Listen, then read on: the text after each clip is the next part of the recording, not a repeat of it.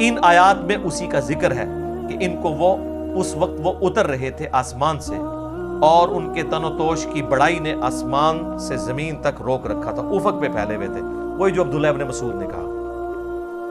اب یہ سیدہ عائشہ نے جو یہ حدیث بیان کی ہے نا کہ نبی علیہ السلام سے خود ہی پوچھ لیا تو ان کا جبرائیل ہے، تو اما عائشہ اب مزید علمی دلائل سامنے رکھ رہی ہیں اسی عقیدے پہ۔ سورۃ الانعام کی آیت نمبر 103 پڑھی، لا تدرکہ الابصار وہو یدرک الابصار، جو ہم پہلے ڈسکس کر چکے ہیں۔ نگاہیں اس کا احاطہ نہیں کر سکتی، وہ نگاہوں کا احاطہ کر لیتا ہے۔ اور کہا مسروق تو نے یہ آیت نہیں قرآن کی پڑھی ہوئی؟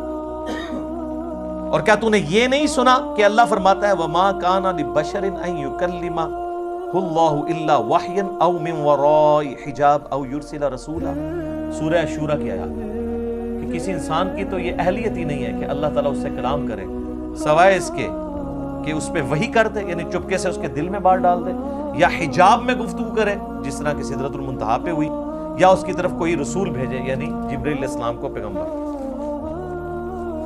تو حضرت عائشہ نے اپنی دلیل میں رسول اللہ کی بات بھی کی اور قرآن کی آیات بھی کوٹ کی، اور اماں تو سیدھی آیتیں ہی کوٹ کرتی تھی، حدیث بھی کوٹ کی ہے نا، کہہ دو اماں منکرین حدیث میں سے نہیں، پہلے انہوں نے حدیث کوٹ کی ہے، بعد میں قرآن کی آیات کوٹ کی ہے۔ مسروق دوسری بات یہ ہے کہ جو کوئی خیال کرے کہ رسول اللہ صلی اللہ علیہ وآلہ وسلم نے اللہ کی کتاب میں سے کچھ حصہ چھپا لیا تھا تو اس نے بڑا جھوٹ باندھا۔ اب ایسی سلسلہ خاص گلاں خاص نو، میرا پچھلے دن کلپ ریکارڈ ہو گیا حضرت ویسے کرنی والا اور علم لدنی والا، حضرت خضر علیہ السلام والا، وہ دیکھ لو، میں ساری کہانیاں نہ دکھو لیا، تخت بلقیس والا بھی دیکھ لیں، سب کچھ ٹھپے گئے نا۔ تو اما عائشہ کہتی ہے جس نے کہا نا رسول اللہ نے کچھ چھپا لیا تھا، یہ بھی کہتے ہیں خاص باتیں خاص لوگوں کو بتائی تھی، اس نے بھی اللہ پر جھوٹ باندھا۔ کیا تم نے قرآن میں اللہ کا فرمان نہیں سنا، یا ایھا الرسول بلغ ما انزل الیک من ربک وان لم تفعل فما بلغت رسالتہ، اے رسول اللہ جو آپ کی طرف نازل ہوا ہے اللہ کی طرف سے وہ اپنی امتیوں تک پہنچا دیں، اور اگر آپ نے نہ پہنچایا اس کو تو آپ نے رسالت کا حق نہیں ادا کیا۔ تو رسول اللہ نے سارا دین سب کو ٹرانسفر کیا۔ علم لدنی پہ میرا حضرت خضر علیہ السلام والا کلپ دیکھ لیں، میں نے پوری ان کی کہانیاں کھول کھول کے بیان کی ہیں بخاری مسلم سے، وہاں بھی آیت کوٹ کی تھی۔ اچھا، اور پھر کہا مسروق تیسرا عقیدہ یہ ہے کہ جو کوئی کہے کہ رسول اللہ یہ جان لیتے تھے کہ کل کیا ہونے والا ہے، یعنی آئندہ کا حال، علم غیب، تو اس نے بھی اللہ پر جھوٹ باندھا، کیونکہ اللہ تعالیٰ قرآن میں فرماتا ہے قُلْ لَا يَعْلَمُ مَنْ فِي السَّمَاوَاتِ وَالْأَرْضِ الْغَيْبِ إِلَّا اللَّهُ، اے نبی فرما دو آسمانوں اور زمین میں غیب کو کوئی نہیں جانتا سوائے اس کے۔ ہاں اس کے بتانے سے اگر کوئی غیبی خبر دے وہ الگ معاملہ ہے، لیکن مطلقاً علم الغیب اس کے ساتھ خاص ہے، عالم الغیب وہ ہے۔ اماں نے جناب تینوں عقیدے کلیئر کرتے ہیں، اور یہ بھی کہا کہ رسول اللہ صلی اللہ علیہ وآلہ وسلم سے میں نے خود تصدیق کی ہے، اور پھر قرآن کی آیات بھی کوٹ کی۔ تو ہم تو یہی کر سکتے تھے کہ کھول کھول کے چیزیں بیان کر دیتے، میرے خیال ہے اس کے بعد کوئی گنجائش نہیں رہی ہے۔ میں نے اس پہلے سوال کو تفصیلاً اس لیے بیان کیا تاکہ کسی کے ذہن میں اگر کوئی وسوسہ ہے تو وہ کلیئر ہو جائے، کیونکہ یہ رجب المرجب کا آخری عشرہ ہے، معراج کے اوپر باتیں ہو رہی ہیں، انشاءاللہ ہماری یہ ویڈیو اپلوڈ ہوگی۔ اور اب میں کیا کروں میرے بھائی، اتنے میں فی البدی حوالے اس میں دے دیتا ہوں کہ اس کے اوپر پھر ہمیں ریفرنسز لگاتے ہوئے ڈزنز آف ورکنگ آور چاہیے ہوتے ہیں۔ تو بال میں نے اوورآل آپ کو ایک پورا جہاں پہ کریٹیکل نمبرز تھے وہ بتا دیے ہیں، اور حوالے ہم اس میں نہ بھی لگائیں، آپ خود ان حوالوں تک پہنچ جائیں گے۔ اللہ تعالیٰ سے دعا ہے کہ ہمیں معراج مصطفیٰ صلی اللہ علیہ وآلہ وسلم کے بارے میں صحیح عقیدہ رکھنے کی توفیق عطا فرمائے، اور کتاب و سنت والا عقیدہ رکھنے کی توفیق عطا فرمائے، آمین ثم آمین۔ ٹھیک ہے۔